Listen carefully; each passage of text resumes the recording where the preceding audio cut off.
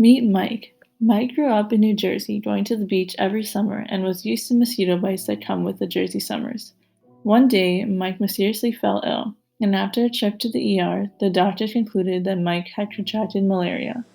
Malaria is a sometimes fatal disease caused by a parasite that commonly infects a certain type of mosquito. What's most troubling about this diagnosis was that malaria is common to sub-Saharan Africa and South Asia. But how did Mike in New Jersey contract malaria? The answer to this question is climate change.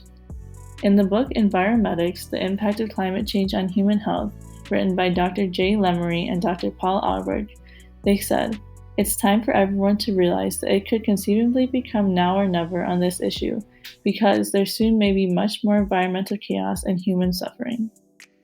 The doctors wrote this book as a no-nonsense approach through a doctor's perspective as climate change continues to impact and change human health.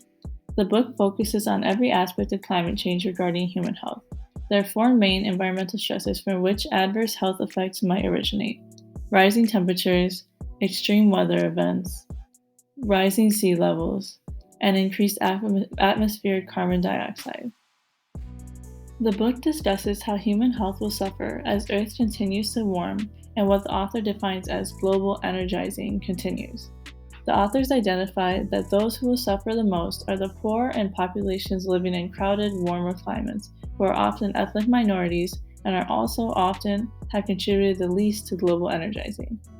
As this problem progresses, we will continue to experience a problem in biodiversity which seriously undermines human nutrition in all aspects. Like Mike, the book highlights other medical case histories.